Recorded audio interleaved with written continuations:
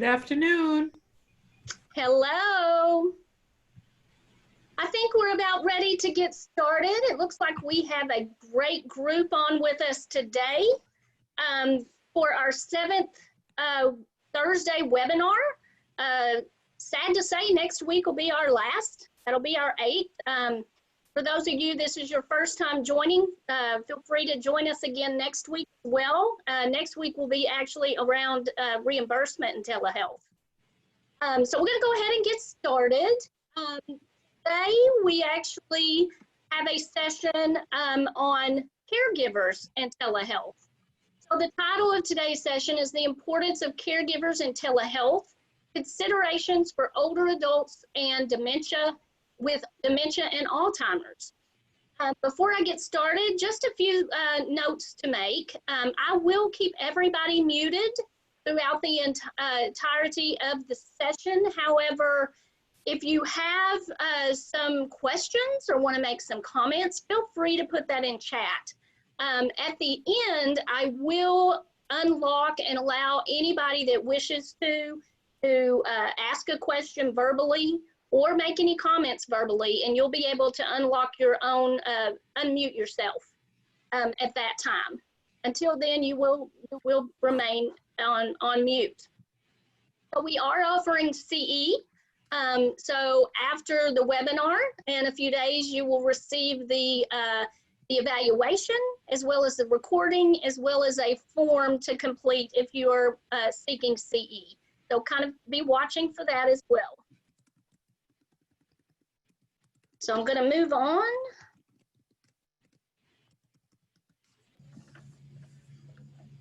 If I can get the next slide to come up. So these are just our disclosures for today. The planning committee, as well as our speakers today, have no financial relationship with commercial interests. And the learning objectives for today are as follows.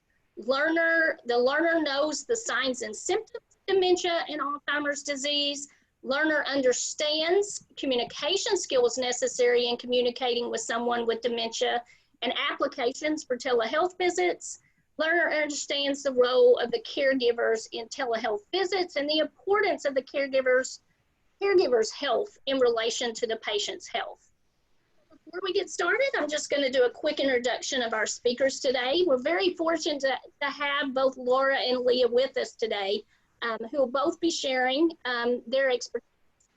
So Laura Bradley has been the outreach coordinator with the Arkansas Geriatric Education Collaborative for 3 years. She is a certified Alzheimer's disease and dementia care trainer and enjoys teaching community and family caregiver classes throughout Arkansas. She loves collaborating with other organizations and educating all about the importance of caregivers, which is so very important. Leah Tovey is a doctor of physical therapy and has worked in the outpatient PT practice treating geriatric, orthopedic, and pelvic floor rehabilitation for the past 11 years. She completed her MBA from the University of Arkansas Little Rock in 2019. She is the GWEP clinical coordinator for the Arkansas Geriatric Education Collaborative and helps provide clinical training related to evidence-based practice also for our care clinics to improve and optimize health care of older adults throughout rural Arkansas. She enjoys providing continuing education to enhance clinical skill knowledge and expertise when treating older adults and the complex conditions with which they often present. So Laura, Leah, I'm turning it over to you. I'm going to unshare my screen and you'll be able to share yours. Okay. It's all yours. Thank you. Thank you, Lisa. Are you able to see your screen, Lee? Yeah. Yay. All right. Well, thank y'all for joining in this afternoon. It's officially afternoon. When Lisa, Leah, and I were planning this conference or webinar, I don't know, a month or so ago, we said, oh, that's August 20th. That's a long time away. And here we are, August 20th. So it's hard to believe, but thank you to both Lisa and to the Community Health Centers of Arkansas for allowing Leah and I to be here today with you. We are, as Lisa has told you, the Arkansas Geriatric Education Collaborative, which is a long name for what we call ourselves, AGEC. So if you'll see that everywhere on our slides, but we are part of a federal grant, and our goal is to provide training and education to healthcare providers, and we also train family caregivers, all kinds of people about Alzheimer's disease and dementia. And so we are very passionate about older adults, and we're here today to help you out on that telehealth visit and considerations for the person, the older adult with dementia and Alzheimer's disease. So I'm not going to take any more time, and I'm going to turn over to Leah. All right. Thank you so much, Lisa and Laura. Thank you for that really kind introduction. Again, I'm Leah Toby. I'm a physical therapist by training, and I've been a part of AGEC for a little over a year now. So these are the objectives that Lisa has so kindly already gone over. So we're going to just briefly touch base on them once more. We will be discussing the signs and symptoms of Alzheimer's disease and of dementia, a few different types. We will be going over some really critical communication skills, how we can best as healthcare providers discuss with patients what Alzheimer's is and how we can best communicate with them on a face-to-face level, whether it's literally face-to-face or in the virtual environment as we all are in here. And then we're going to discuss a lot of different applications and how telemedicine really can work for and towards the benefit of the patient with Alzheimer's or dementia and towards that of their caregiver. Lastly, we're going to discuss lots of important roles that caregivers have, not just in the welfare of their own being, but also as it relates to the patient or the loved one's health, and then also as it relates to their health. So let's get started with going over what is normal aging. We will then go over some signs and symptoms of Alzheimer's disease. So normal aging. Is it part of normal aging to be able to recall everything as quickly as we used to when we were in our 20s and 30s? No, unfortunately it's not. So it's very, very normal for an individual to experience a little bit slower recall. Maybe that we can remember parts of an event or people in the event, but we can't quite see their face, or vice versa. We can see their face but can't quite see their name. The difference with normal brain aging and Alzheimer's is that recall just with Alzheimer's, it's not possible later.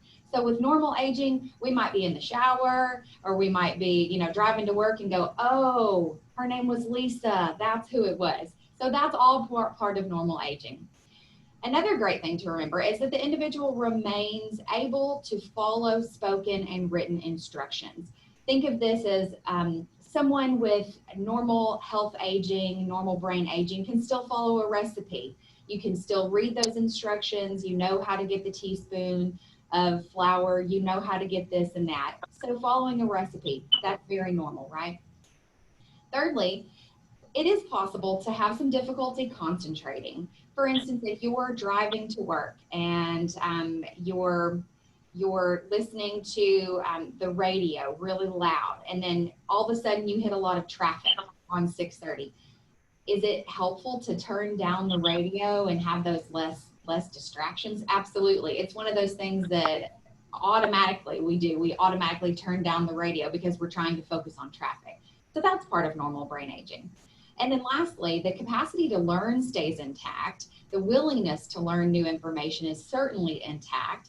However, sometimes that new information may take just a little bit longer to absorb, and that's all part of normal brain aging. Let's talk about next what dementia is not. It's not a normal part of aging.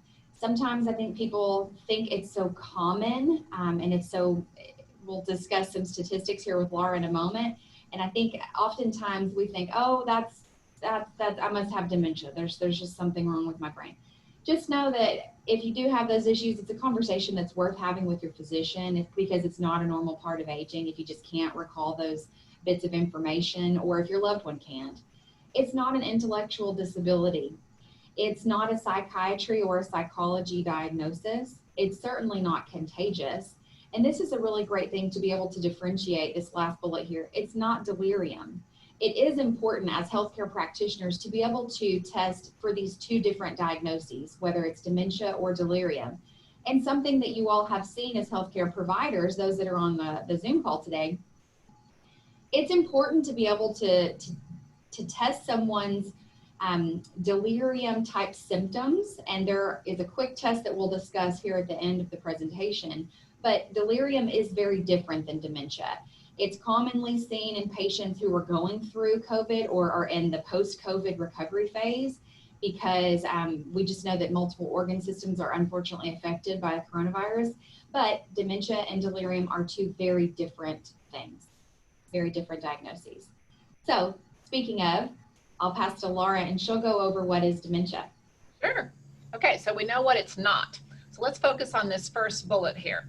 Dementia is what we call an overall arching term, and we like to say, in the next slide I'll show you my fancy umbrella, but it's an overall arching term for conditions that you'll see if your loved one or if you're a provider, you've been following this person for a while, you'll see personality changes, you'll see a decline in their short-term memory, their language skills might, they might have been a real conversationalist and that all changes. They might have a decrease in problem solving. And this is usually a loved one or spouse, a caregiver saying, they're just not interested in doing anything. They don't want to try new recipes, blah, blah, blah. They don't plan any vacations anymore. Their overall thinking skills are diminishing. They're not making good judgment calls anymore. And then the last part of this sentence is what I want us to focus on. It's the loss of these things that affect their ability to perform everyday activities and remain independent. Okay, so let's just go over that one more time, because I want to be sure everyone understands that it's when it becomes a liability. They cannot any longer perform the daily activities of living and remain independent. They can't go grocery shopping anymore. They get lost coming and going to the store. They can't remember what at all they went for. Okay, those kind of things where it affects their independent function. And these changes are caused by brain changes and abnormalities. We could get into all the scientifics, but that's a whole nother lecture. But the neurons in our brain become coated with proteins that just affect the way our brain cells, our neurons, can talk to each other. And so they're no longer able to communicate with each other. And one of the first visible things we see is the inability to recall, okay, and that memory loss. And that's just a very simplified version of it. And the most common type of dementia is Alzheimer's disease. So that's why you hear so much about it, because that's 60 to 70% of dementia cases are labeled Alzheimer's disease. So that is, in a nutshell, what dementia is. And I love this picture. I'm a visual person, so this helps me always remember.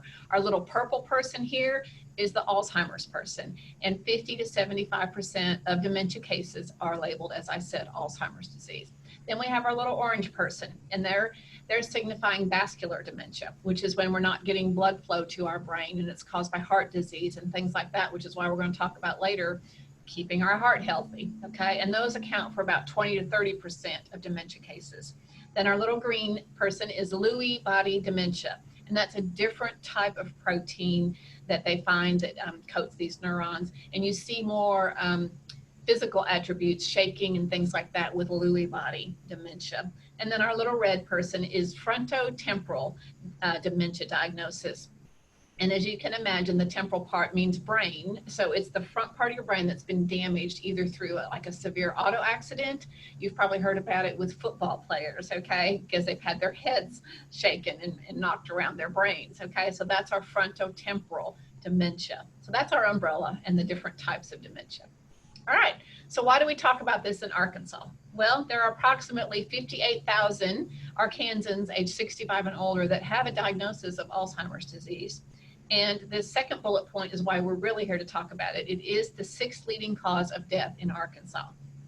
And about 1,400, close to 1,500 people back in 2018 died from Alzheimer's disease. And this next one tells you even more. We are the 8th highest Alzheimer's death rate in America. We don't want to be that number, do we? Okay, so we're out here trying to spread the word, and we'll talk later about things to hopefully prevent some Alzheimer's and keep our heart and our brain healthy. We've seen obviously a 239% increase in Alzheimer's death since 2000. So that's why we're out here talking about it today. All right, some early signs and symptoms that obviously vary greatly from person to person, but we want to go over them with you as providers. Again, you probably learned about them in nursing school, medical school, all those places, pharmacy, but we just want to go back over it today since we're talking about this. First thing you're going to notice is the short-term memory loss. And as I said, that last statement, that disrupts daily life. Okay, they can remember things from way, way back, like in 1960, 1930, but it's the short-term memory that's going to clue you in that your loved one or your patient might be having memory issues. As I said before, you're going to see those challenges in planning or solving problems, or just a lack of interest in doing anything that requires planning or solving problems.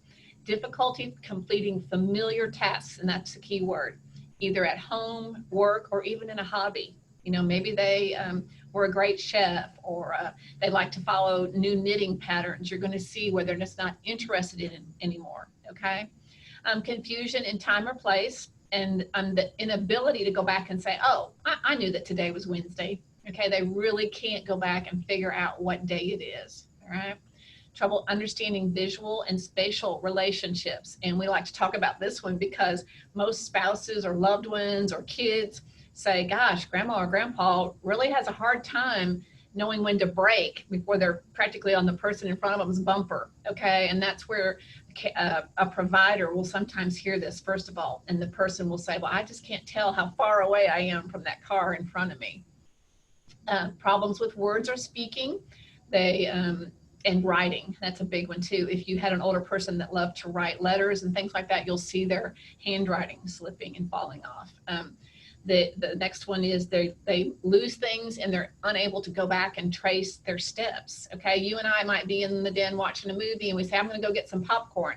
The person that's showing signs and symptoms of dementia might go in the kitchen and can't remember why they really came in there, and they can't think back. Oh, yeah, I came in here for popcorn. Okay, so again, it's the being unable to retrace and go backwards.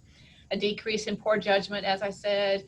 And then this is a key one too, withdrawal from work or social activities. The research and our training tells us that a lot of times your patient or your loved one actually knows that they can't do this. They can no longer remember names and reminisce with people. And they know that it's embarrassing to them as a person. And so they will withdraw from social and community events, church events, because they don't want to be personally embarrassed, okay? And that relates to then a change in their mood and their personality that you as a loved one or caregiver can advise the provider about. Okay, so with these signs and symptoms, oftentimes comes some dementia-related, what we call dementia-related behaviors. All right, if they're not able to communicate with us well, they're going to find a way to communicate with us. And a lot of times that ends up being striking out, screaming, speaking inappropriately in situations that they would have never done, you know, like speaking out in a church situation or in the middle of a wedding or a funeral, just blurting something out. They become agitated or very emotional, crying, and just those kind of emotions that wouldn't be in a normal situation, all right? These nonverbal ways of communicating are usually because they have what we call an unmet need. And so you as the provider and then talking to the caregiver are going to become what we call good detectives, all right? You're going to have to figure out what it is they're trying to communicate. And it can be that they're cold, hot, hungry, they need to utilize the restroom, a lot of those things. So you're going to become the detective, and you're going to have to evaluate their social and their physical environment to try to figure some of these things out as well. And as the last one says, it's our job to observe and attempt to understand what it is they need. Excuse me. Okay, so some other issues of these dementia-related behaviors. Like I said, they could be in pain, they could be hungry, their pants might be too tight, their feet might be hurting, all those kind of things we need to just go through first. If we just recently have dressed them, say, is something too tight, try loosening things. Are they fearful? Are they depressed? If they know this is going on, they might be frustrated. They might see a puzzle over there that they've been working on and they just can't do it anymore, and they know it and they're frustrated. They may be lonely, okay? They may feel very helpless. They might actually just be bored because they know something's going on. As the disease progresses and in different types of dementias, and particularly in Parkinson's dementia, hallucinations become a factor. They'll see things that aren't there, all right? This one is key. Changes in the environment or routine. People with dementias and Alzheimer's and all the dementias do better if they're on a set routine and their environment doesn't change greatly. Okay, so taking a trip is often troublesome with people. They'll say, oh my gosh, we tried to stay in a hotel and that just didn't work. Okay, it's those changes that you would never dream possible cause behavior problems. All right, then due to COVID, we throw in things like, can you imagine personal protective equipment? Okay, this is going to be hard for them to understand. We show up with a mask on or a face shield, okay? We ask them maybe to wear gloves in the grocery store, or we're telling them how often they have to wash their hands, and we're constantly putting sanitizer on their hands. If they're not able to understand this, can you imagine what that does? So this is a way that we're trying to tell you, ask if any of these things have been going on. So that's what we're trying to say. All right, as the disease progresses, most people end up needing some kind of a caregiver, whether that's a spouse, a paid caregiver, a volunteer, a family member, but it's a caregiver, okay? And in 2019, that caregivers, if you were to add up all the unpaid, okay, these are not the people that we're paying, like in a nursing home or companies to come in and help us. Unpaid care hours were approximately 18 billion, close to 19 billion hours. And if you were to put dollars to that, it's huge. It's $244 billion. 2/3 of caregivers are women. It's just the way it happens. And a third of those dementia caregivers in particularly end up being daughters of the loved one. And 41% of caregivers and their families are living on $50,000 or less as their household income. And we know from the research, and even Leah and I have done some here as part of our grant, that 23% of family caregivers say their own health has gotten worse as a result of their caregiving. So you as providers are not only going to be dealing with your patient, but also the caregiver who might be coming down or having health issues because of caregiving. Most caregivers in Arkansas have been doing caregiving, we found out, for 2 years. So this is not just, once a month I bop in there and help out. It's a commitment. Most have been doing it for 2 years. And in Arkansas, 1 in 4 adults are a caregiver of some type. It may not be dementia, but 1 in 4 are caregivers. And 1/3 of those provide at least 20 hours a week. So this is like a part-time job for caregivers, all right? And these are stats that are provided from the CDC. Okay, so now we're down to what is the role of this caregiver. We get to this part, all right? These caregivers with very little training, sometimes no training, are asked to do a plethora of things, as we know. They're told, you got to manage this equipment. They're going home from the hospital with this, this, and this. We want you to manage this procedure. We need you to change this bag out, do this. Oh, by the way, we want you to make sure they get these medicines on these days, but on every other day, they're going to have different medicines. Then you might call in and say, well, that medicine didn't work, so we want to try something new. And you've got to keep the history on that, whether that medicine helped, whether it didn't help. Caregiving is a huge responsibility. They're asked to navigate a huge, complex health care system, which, the vast majority of us find it's our backyard. We work in it every day. So it's not complicated to us, but these people are not familiar with healthcare systems. They're asked to be not only the medical historian, but the social historian, what's going on in their lives. Are they going out? Are they doing anything? Are they interacting? Then on top of all that, they're asked to help with bathing, showering, feeding, dressing the person. They're the coach, they're the emotional cheerleader for these loved ones. They're arranging all the services, appointments, haircuts, whatever needs to be done. They're arranging for all that because this person is no longer able to do that. In a lot of cases, they're also managing the finances. They're paying the bills, the mortgage, making sure all that's done. And then the behaviors, okay? So they are very, very busy people. So you can see why there might be a little stress, all right? Some unique considerations that we like to remind you as providers about so that you can talk to these caregivers also about these things. People with dementia have trouble adapting to anything in their routine that's disrupted. So you can think back when you're having a dialogue with them. Has anything changed in their routine? Have you moved? You know the things to ask them based on your patient. These caregivers are also receiving, especially during COVID, less help. They might have irregular help now. Maybe the caregiver was exposed to COVID, so they're not able to come anymore. And that regular caregiver was someone that the person with dementia really had a relationship with. And now you're bringing in another stranger. Anything can set off a unique and a behavior issue for the caregiver. It can be it can be the smallest little thing, and it's going to cause stress or change. So people with dementia are also going to have a very hard time remembering, like I said before, these things that we're asking them to do during COVID. Wash your hands, don't touch that, do that, those kind of things. It's very hard. Cognitive impairment is going to impair how they utilize telemedicine, okay? And then Leah's going to go into a case later on where, maybe they're both older people and maybe they both have a little cognitive decline. Then you've got a whole nother issue. Then you add in social isolation. These people are dealing with a lot right now. And on top of that, for the patient, the social isolation can be bad, but the caregiver is also going to feel extremely isolated, all right? The adaptation to technology is harder as we get older. I'm in the protected class, so I can say that, all right? It's hard. Don't you make me change my iPhone until I absolutely have to, okay? I don't want to learn how to reprogram my DVR, all those things. And that's not even because I'm sick or my loved one is sick, all right? So technology needs to ask very, very little of our seniors, and we're getting better about it. Yes, we are. Oh, this is Leah's favorite slide. Thanks, Laura. You're welcome. I think so many of us remember the Jetsons, right? I remember watching the show as a kid and just being absolutely amazed that Mr. Jetson could be on a treadmill and he could go through and he could have a shower and this robot would put his outfit on him for the day and then he'd hop in his flying car and get to work.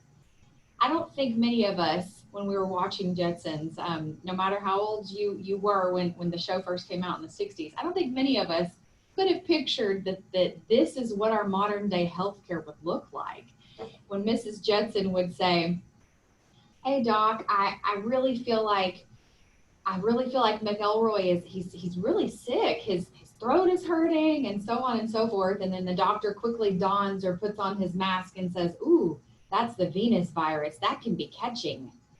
So I think it's worth looking back to see how far we've come and how quickly and how confidently so many of us as healthcare providers have had to change gears from face-to-face visits into really watching patients on a monitor and being able to transition into what a face-to-face model looked like into what a telemedicine model looks like.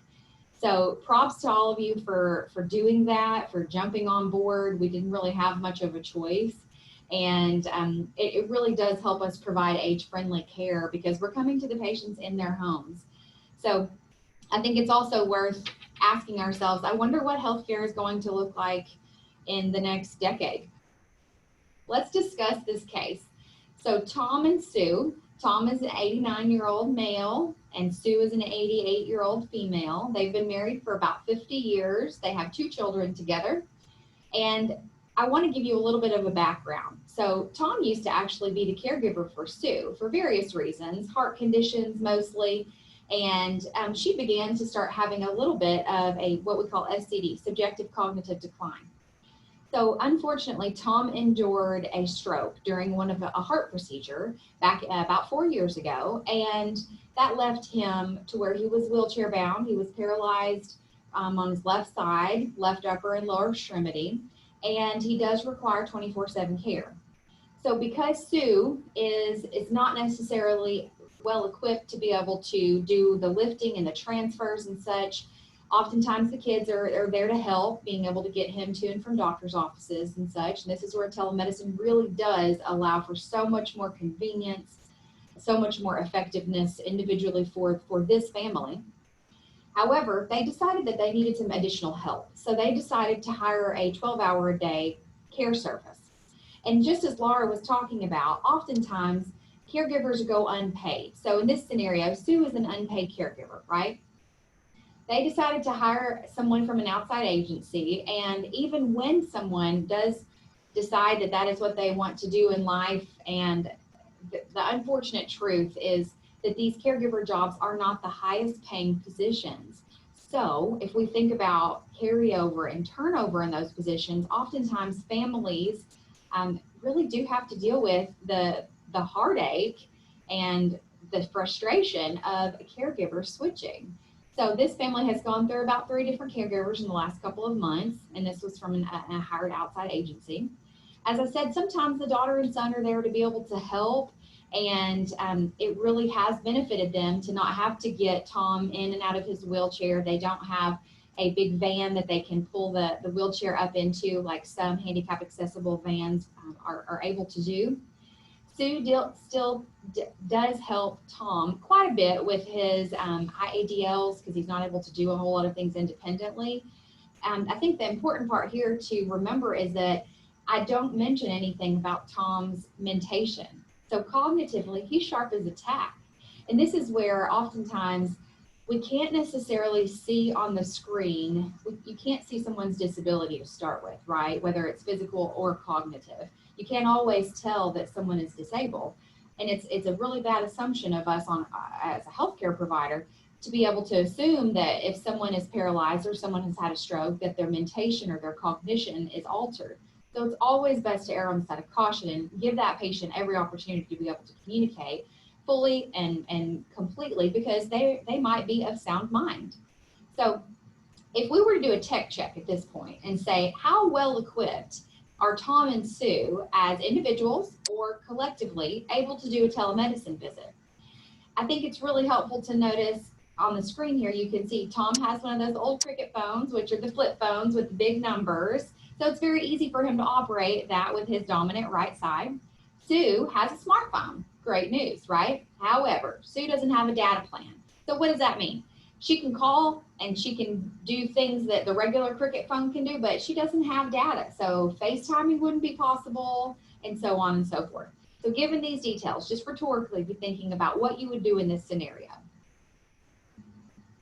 It's really important to highlight here, we always want telemedicine benefits to far outweigh the burden. Just as Laura mentioned, both people could be cognitively impaired. And what would that scenario look like as for you all as healthcare providers? What types of things would you have to be doing to be able to increase the success of this telemedicine visit? It's really important that we continue to deliver excellent healthcare, but we also have to remember that the caregivers or the patients themselves are possibly they're under a lot of increased stress because this camera is in front of them and they don't really know where to look. They don't really know much about the telemedicine world as we do. And this is not a blanket statement by any means because there's so many geriatric patients and older adults that are very, very tech savvy, but we have to consider those that are not. It's really important when thinking about telemedicine and caregivers that the digital health technology that we can use to manage patient care can lessen the caregiver stress. If we utilize maybe a call ahead service, maybe you've got someone in your office based upon your telemedicine model that is doing that, and that helps increase effectiveness of the healthcare provider's visit, that helps decrease stress on both the patient, the caregiver, and the healthcare provider. That's perfect case scenario, right? But we could definitely do better, I think. And when we're cognizant and when we're being hypervigilant about the caregiver's best understanding how a telemedicine visit will work, I think it's going to increase your effectiveness with getting information to the patient and the caregiver, but then it's also going to affect your productivity. It's in a positive way, and it's going to really affect and impact the caregiver and the patient's health in a positive way. It's all about improving their quality of life and their quality of experience. That's what we want. If we pull in the caregiver and if we want them to be a critical part of the visit, without going into a whole lot of like HIPAA laws and things of that nature, just check your telemedicine model within your current practice. It's really important that you understand what your bylaws are. You understand where to document if it's part of their Medicare annual wellness visit. You understand where to document as part of like advanced directives, advanced care planning, so on and so forth. You want to be able to make sure that that caregiver legally can be there as part of the visit. We'll just say that. It's important to be able to address the caregiver stress of the technology. We've touched base on that a bit, and we'll do that again here at the end of the presentation. But you want to be able to get the caregiver's input So making sure that those boxes are checked, the T's are crossed and the I's are dotted so that the caregiver and anybody in their family, anybody in the patient's family can be involved legally, so you can discuss the private medical information without breaking any HIPAA laws, things of that nature.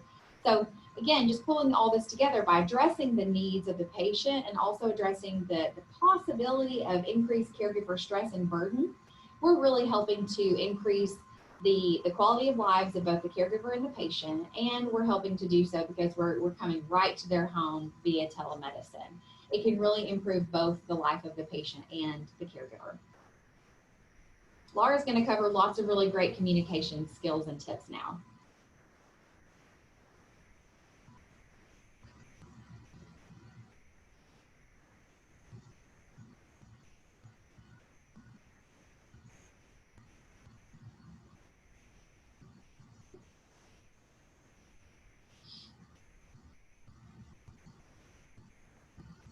Hey, Laura, you need to unmute. I did that because I was coughing and I meant to turn it back on. Thank you. You're welcome. I was able to retrace my steps. Thank you, though.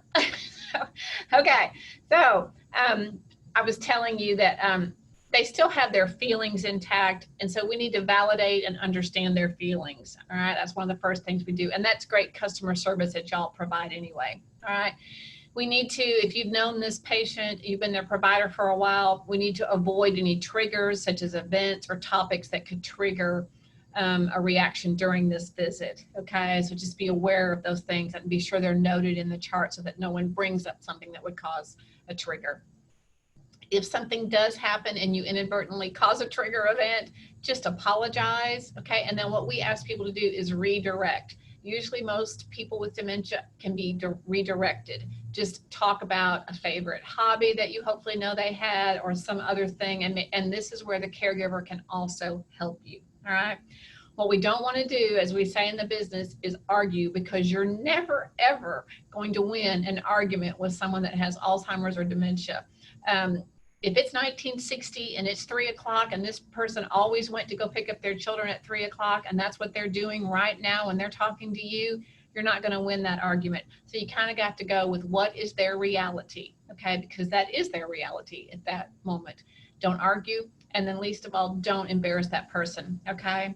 We have to listen with our eyes, our ears, and then mostly with our heart. And then include the caregiver's version also as well.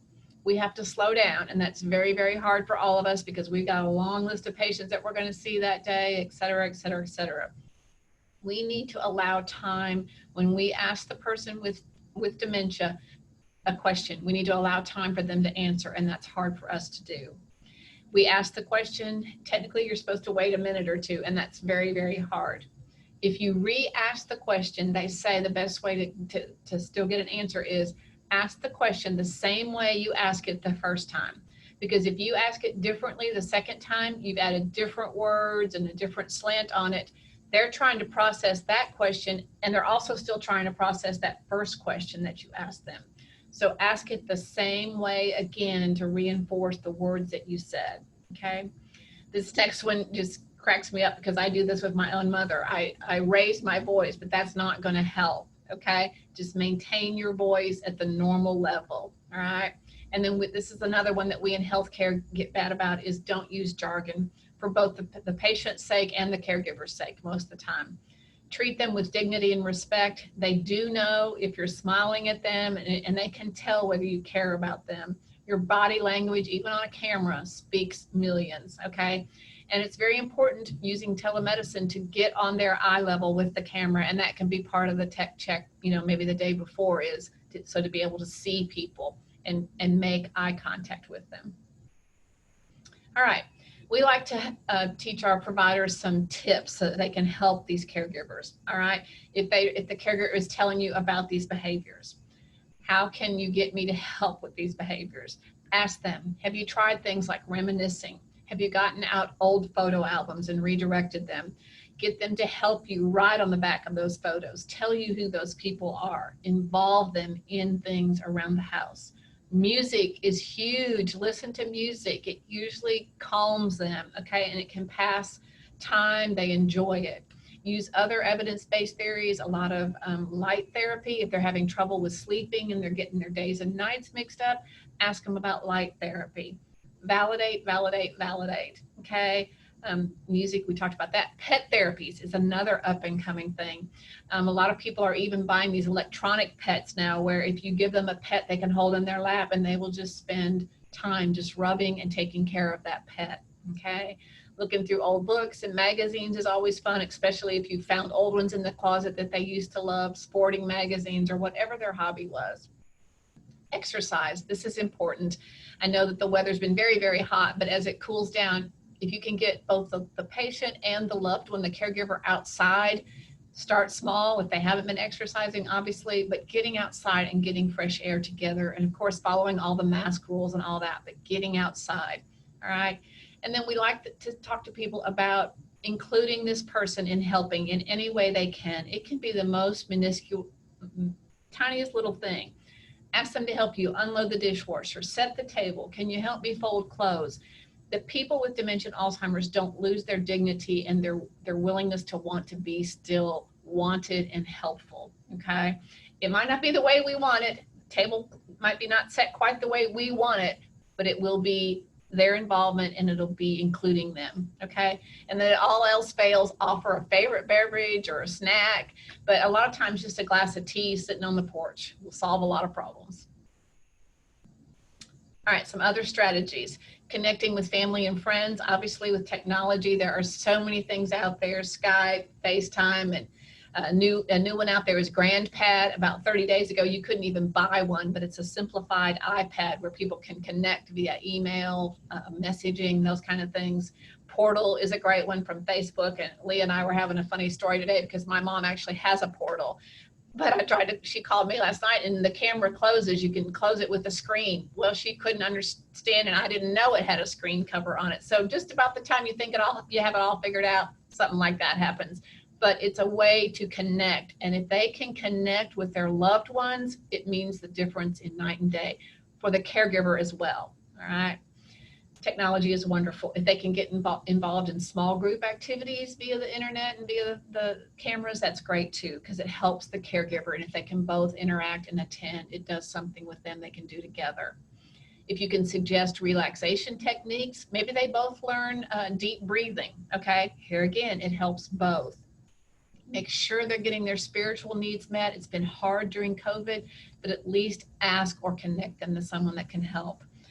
I love this next one, provide a warm blanket. We tell people just throw some towels or blankets in the dryer, get them warm, and say, hey, let's just sit down and relax for a minute and put a warm blanket or towel around you, okay? Or the total opposite if it's hot outside. Let's go get cool rags, sit on the porch and rock and just relax, okay? This last one is very, very important. If you can't do anything else, try to get them redirected to a quiet place.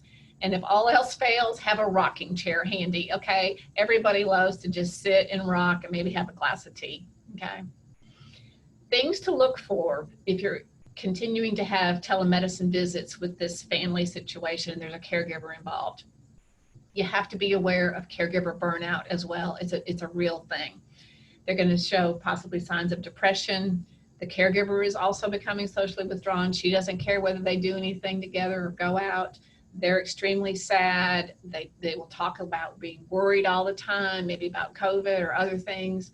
They feel very betrayed if they're starting to voice things like, I can't do this. I didn't sign up. This is not what I was going to do during my retirement. Those are kind of red flags to say, whoa, maybe this caregiver is getting a little burnout. They're showing signs of stress, anger, just overwhelmed, irritable, okay? They might say, I'm not able to balance everything. I cannot do it anymore. This caregiving has just taken over my life. Another one you'll hear is, I can't sleep. I can't sleep. I'm worried about them. I'm up, down, okay? They might be anxious. You might see that their self-esteem is just taking a dive, okay? And as we mentioned before, their health problems, sometimes it's weight gain, weight loss, exhaustion, headache, okay? So then we've got to get them taken care of as well. Not that you're going to medically treat them in the same visit, but just be aware of these things, that this can be caregiver burnout, and it's a real thing. The other thing that we want providers to know about is in Arkansas and everywhere, but the importance of respite. it's okay to tell the caregiver, we've got to get you a break. Is there someone, a volunteer? Is your church available? Can you afford to pay someone? And this is where you might want to refer them to social services, because there are grants out there to get respite. But it's okay to take a break. You can't be a good caregiver if you're not rested and taking care of yourself. There are adult daycares. They're slowly opening back up. Some nursing homes, and probably not as right now during COVID, but they will offer short-term respite where you could have just a 24-hour break. Okay, I know it's going to be an adjustment. You can tell the caregiver, I know it's going to be an adjustment for your loved one, but we've got to get you a break as well. Okay, and then there's always hourly caregiver services through the vast majority of companies throughout Arkansas that offer this. But caregiver stress and burden is a huge thing, and Leah's going to go over the little graph on this slide, but we just want to stress to you the importance of respite for caregivers. I turn over to you.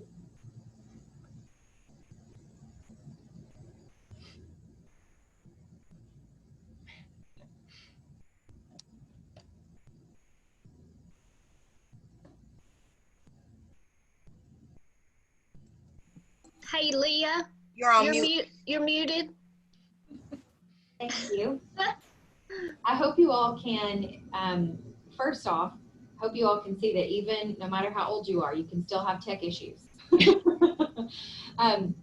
I hope you all can hear in Laura's voice and can hear what comes from her heart, that she is so talented and she is so great at educating not only us as healthcare providers. I've learned so much from her, but just being able to share what's important for the caregiver's health, to be able to protect themselves and to be able to be the best person that they can be for their loved one who may have some form of cognitive decline, dementia, or Alzheimer's.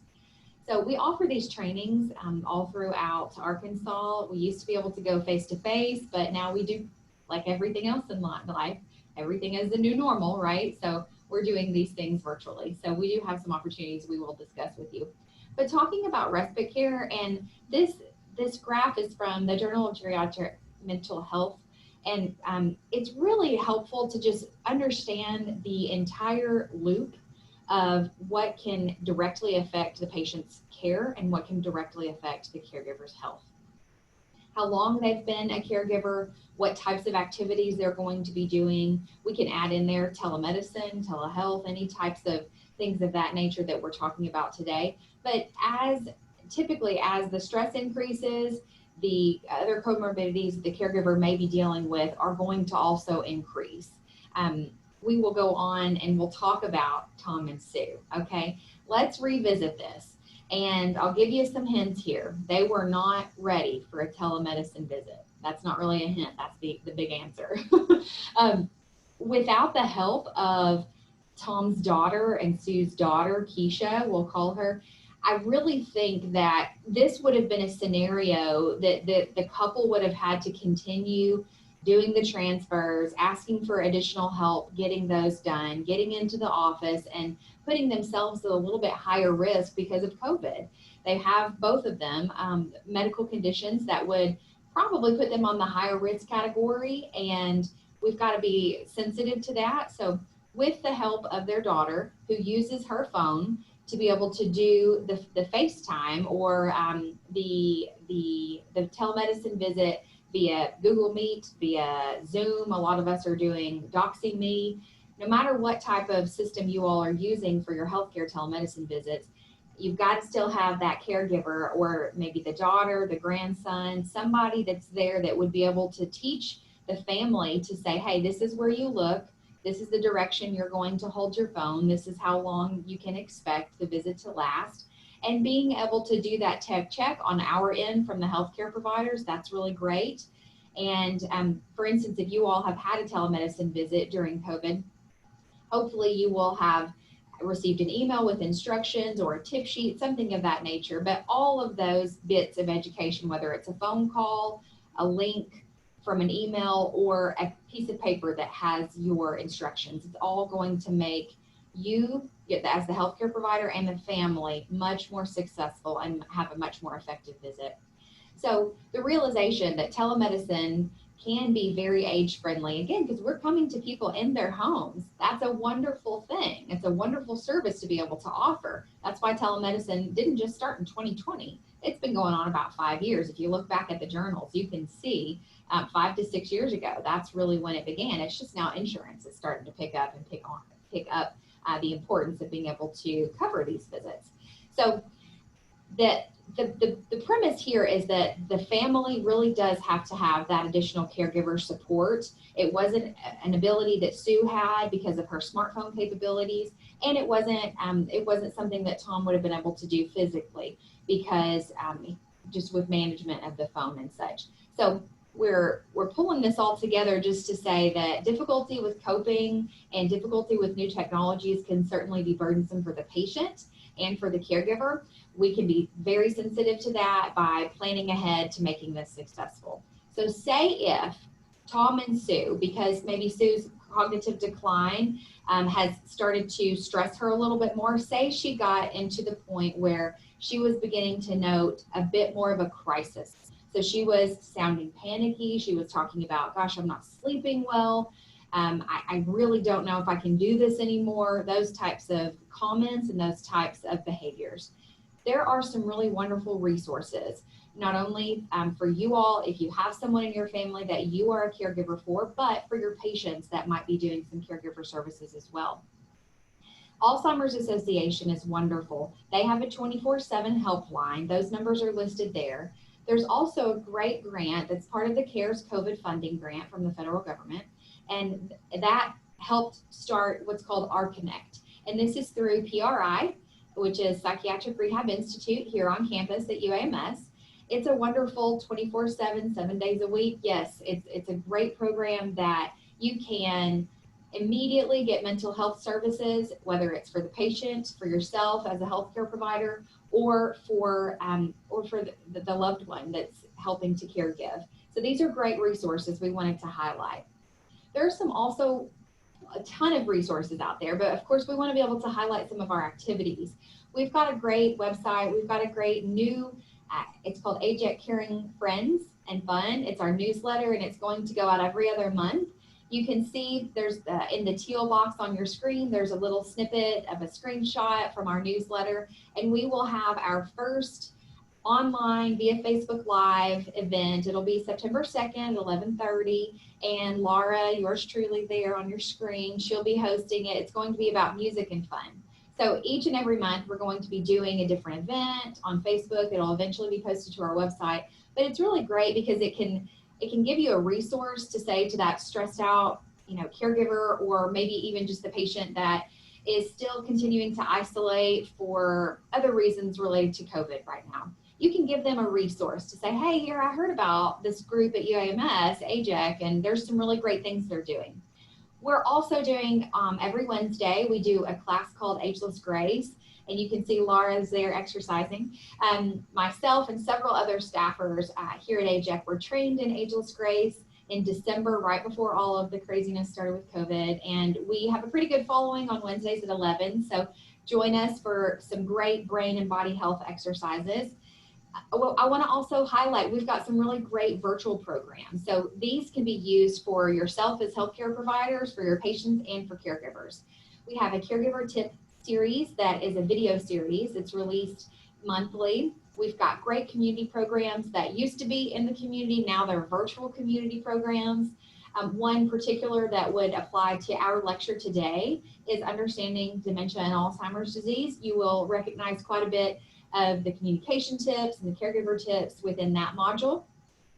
We also wanted to highlight the local chapter of Alzheimer's Arkansas. Their website is listed here. You could go online, grab some of the resources that they offer for yourself as a healthcare provider or for your patients and caregivers.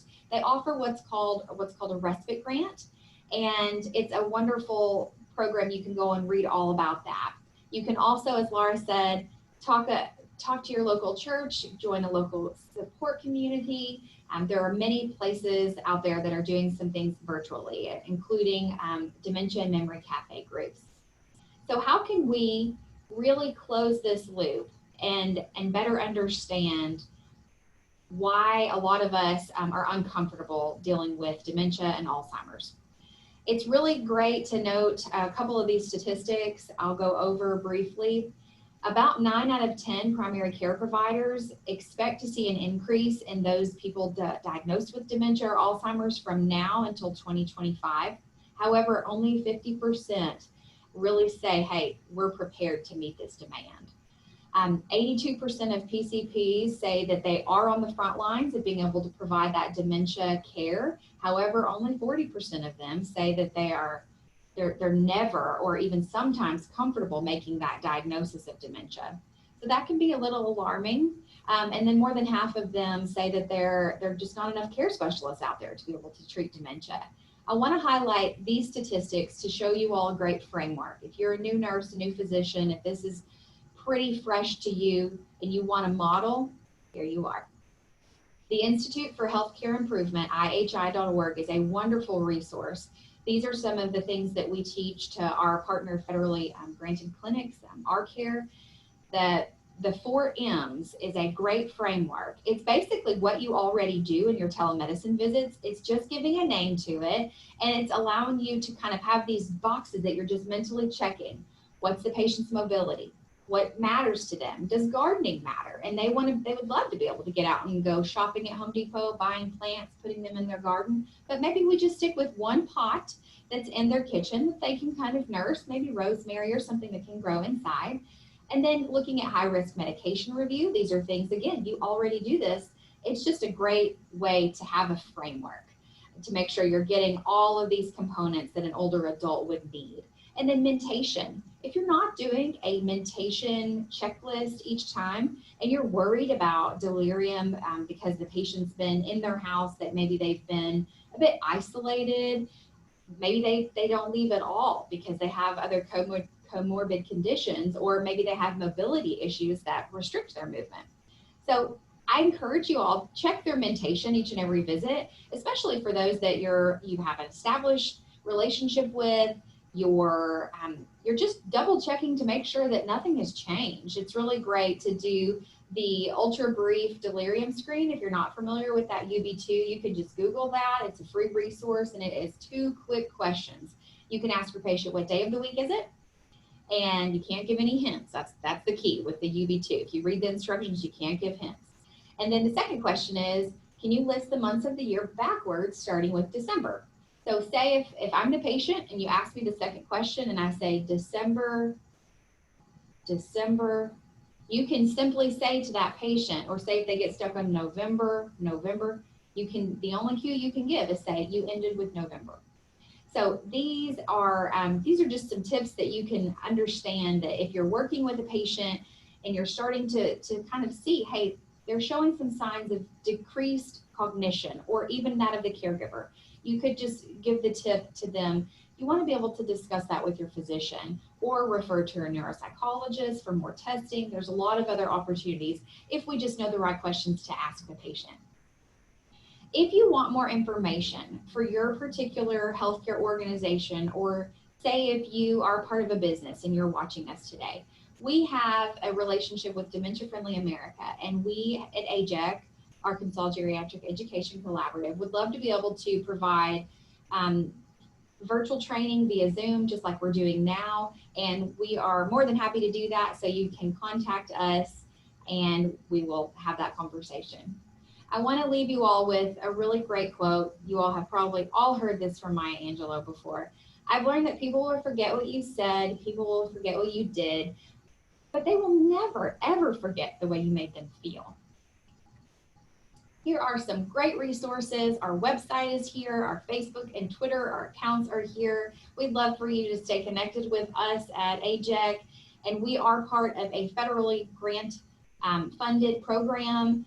The 2 grant numbers are listed there. The second is the CARES Act. The first is we call it our Big Mama grant. And it's a 4-year grant. And we're so thankful to be a part of Lisa Weaver's invitation to CHCA. Thank you guys so much for attending and for your attention, for your willingness to learn more about caregivers, how they themselves can be affected through telemedicine, and how we can all help more patients via telemedicine. I want to also point out one last thing. IDHI down there is a great resource. They've got tip sheets that are anything from Google Meet to DoxyMe to Zoom, and they've got some great things that you can just hop on and you can print out a tip sheet for your patient. You can email that to them, and that can be one resource that you can utilize if you haven't gone on to UAMS's digital health website yet. That's a great thing. We also offer more webinars. You can go to our website to learn more about that. And at this time, I would be happy to take any questions.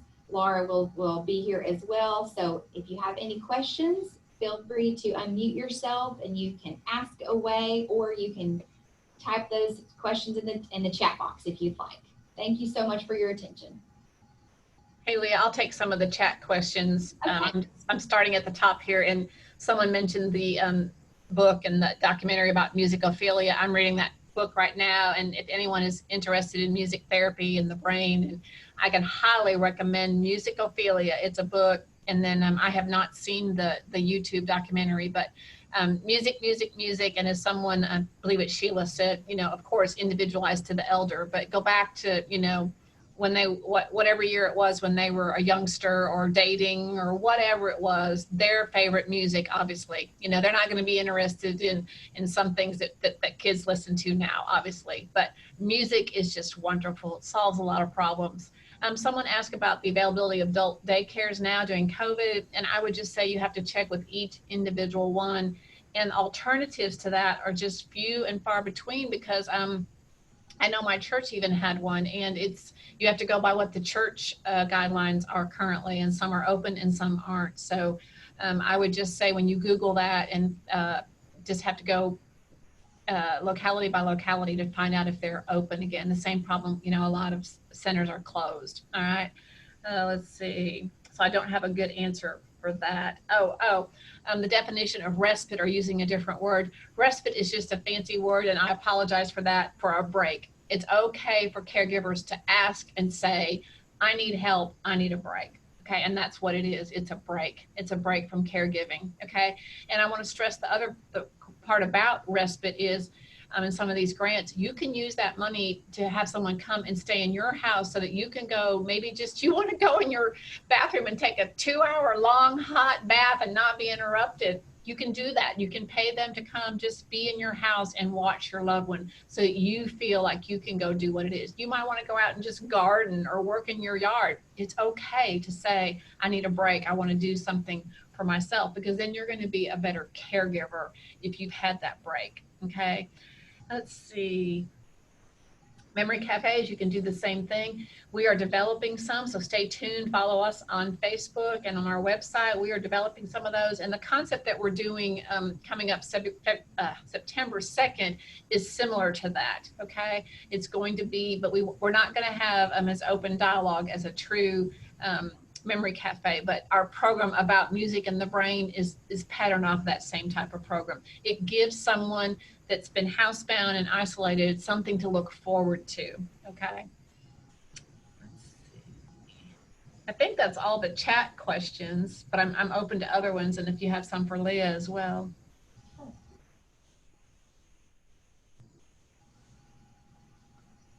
And Jennifer, I just wanted to say thank you for pointing that out. I think a lot of us take advantage of caregivers understanding the word respite, and it's just one of those things, kind of like if we went back to the beginning of COVID and everybody was, the CDC guidelines, everybody was hearing social distance, and that didn't necessarily translate to the 6-foot rule. So I think we can always reevaluate our education and the words that we're constantly using with our patients. And as healthcare providers, we can kind of drill down to using a different language, using a different, more understandable term, because really we want that information to stick, right? That's what we all want. We want the caregivers and the patients to understand what we're saying and be able to absorb it. And that old statistic, we only absorb about 25% of what our physicians and our caregivers our physicians and our healthcare providers are telling us. I think if we start using that jargon, and respite probably fits into that, we might just need to say, hey, if if you need a break, these are some resources. So thanks again for bringing that up. We did have some great comments that they've really enjoyed the information that you've shared and appreciated the story as well that you incorporated. So we really appreciate Laura and Leah for coming on and presenting this information. Very informative and so very important. And, you know, I know in Arkansas we have a large geriatric population, and it's going to continue to go down that road. And telehealth is going to be an important thing for folks, and there's just certain considerations you have to take into account for the older population. However, in many cases, it's well worth it because it is difficult for those geriatric patients to travel, to get out. They might not even be able to drive. Or shouldn't be driving. Right. So, yeah, so it may be more of a challenge, but to me, for patients, it's just so worth it to be able to work a little harder to make that transition with them when at all possible. So anyway, thank y'all very much. Thank you. I appreciate all of the folks that we had on today. Thank you for joining us. You will receive a follow-up email in the next several days with an evaluation as well as the slides and also a recording. So if you have other folks that would like to watch it, that will be available as well. So with that, we'll close for today. Hope everybody has a great rest of your day. Thank you, everybody. Thank you. Bye-bye. Thank you.